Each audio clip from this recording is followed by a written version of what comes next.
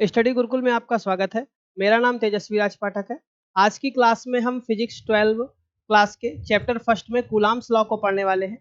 Coulombs law होता क्या है? इससे पहले हमने चार्ज के बारे में बहुत अच्छे से डिस्कशन किया था कि व्हाट इज चार्ज। आज हम उन्हीं चार्जेस के बीच में एक लॉ को एप्लीकेबल करवाएंगे। उस लॉ का नाम है कूलाम्स लॉ। जैसा कि आपको दिख रहा होगा कि आज की क्लास में हम कूलाम्स लॉ को पढ़ने वाले हैं। कूलाम्स लॉ होता क्या है, इसका यूज करके कैसे आप दो पॉइंट चार्जेस के बीच में लगने वाले फोर्स के मैग्नीट्यूड को पता कर सकते हैं। तो आइए देखते हैं। सबसे पहले हम लोग डिराइव करेंगे कि कूलाम्स लॉ होता क्या है, फिर इसके बाद हम लोग इसके बेसिक एंड फंडामेंटल फीचर्स को पढ़ेंगे। तो आज की क्लास में हम लोग पढ़ने वाले हैं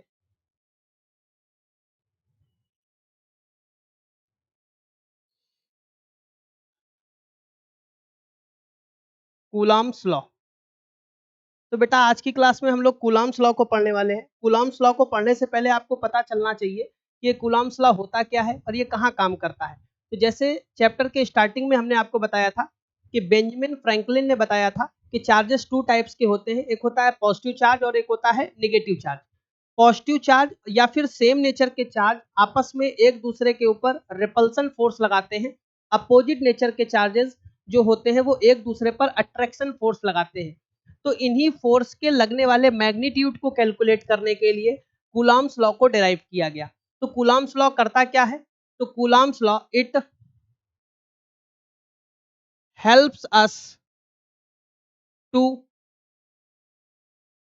find the magnitude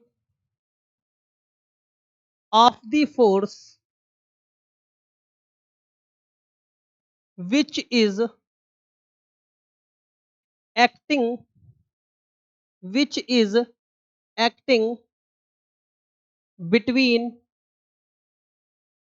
two point charges two point charges दो पॉइंट चार्जेस के बीच में लगने वाले फोर्स के मैग्नीट्यूड को कैलकुलेट करने के लिए हम लोग किस लॉ को डिराइव करते हैं? कूलाम्स लॉ को। चलिए देखते हैं कूलाम्स लॉ कैसे डिराइव किया जाता है। लिखा है if two stationary and point charges Q1 and Q2 are kept at a distance of r. दो पॉइंट चार्जेस है बेटा, पहले का नाम है Q1 और दूसरे पॉइंट चार्ज का नाम है Q2।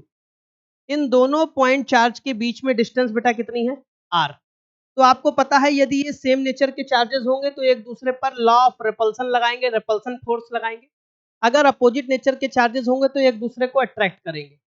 Then it is found that force of attraction और रिपल्सन, या तो फोर्स ऑफ अट्रैक्शन लगेगा या तो फोर्स ऑफ रिपल्सन लगेगा बिटवीन देम, इन दोनों चार्जेस के बीच में, is mathematically Coulomb's law can be written as. और इन दो चार्जेस के बीच में लगने वाले फोर्स को जब हम लोग कैलकुलेट करते हैं मैथमेटिकली तो उसे ही हम लोग क्या कहते हैं? Coulombs law. कूलाम्स लॉ क्या कहता है? कूलाम्स लॉ बेटा कहता है कि ये दो चार्जेस हैं, इनके बीच में जो लगने वाला फोर्स है ये डायरेक्टली प्रोपोर्शनल होगा इन दोनों चार्जेस के मैग्नीट्यूड के। तो पहला चार्ज क्या है? Q1 और Q2। Coulombs law states that the force acting between two charges is directly proportional to the product of both charges Q1 and Q2। इसे बेटा हम लोग इक्वेशन फर्स्ट मान लेते हैं। कूलाम्स लॉ का दूसरा पॉइंट क्या कहता है? The force acting between the two charges is inversely proportional of square of the distance between the two charges. इन दोनों चार्जेस के बीच की डिस्टेंस के इनवर्सली प्रोपोर्शनल के स्क्वायर के बराबर होता है। तो अगर हम पहली और दूसरी इक्वेशन को कंक्लूड करेंगे बेटा तो F proportional to Q1 Q2 और डिवाइड बाय R स्क्वायर। जैसा कि हम लोगों ने क्लास 11th में पढ़ा होगा, जैसे ही प्रोपोर्शनल हटता है वैसे ही बेटा प्रोपोर्शनल की जगह इक्वल आता है और इक्वल के साथ एक कांस्टेंट आता है। ये होगा K Q1 Q2 और डिवाइड बाय R स्क्वायर। यही बेटा होता है कूलाम्स लॉ। कूलाम्स लॉ क्या होता है? तो दो चार्जेस के बीच में लगने वाले फोर्स के मैग्नीट्यूड को कैलकुलेट करने के लिए हम लोग मैथमेटिकली कूलाम्स लॉ की हेल्प करते हैं। और कूलाम्स लॉ होता क्या है? फोर्स इज इक्वल टू के Q1 Q2। Q1 first charge था, Q2 सेकेंड चार्ज था, और ये बेटा जो R स्क्वायर है या R है ये डिस्टेंस है बिटवीन द टू चार्जेस। अब बेटा ये जो K है, ये K की वैल्यू कितनी होती है? तो के की जगह हम लिख सकते हैं 1/4 पाई एप्सिलॉन नॉट। क्या लिख सकते हैं बेटा? 1/4 पाई एप्सिलॉन नॉट।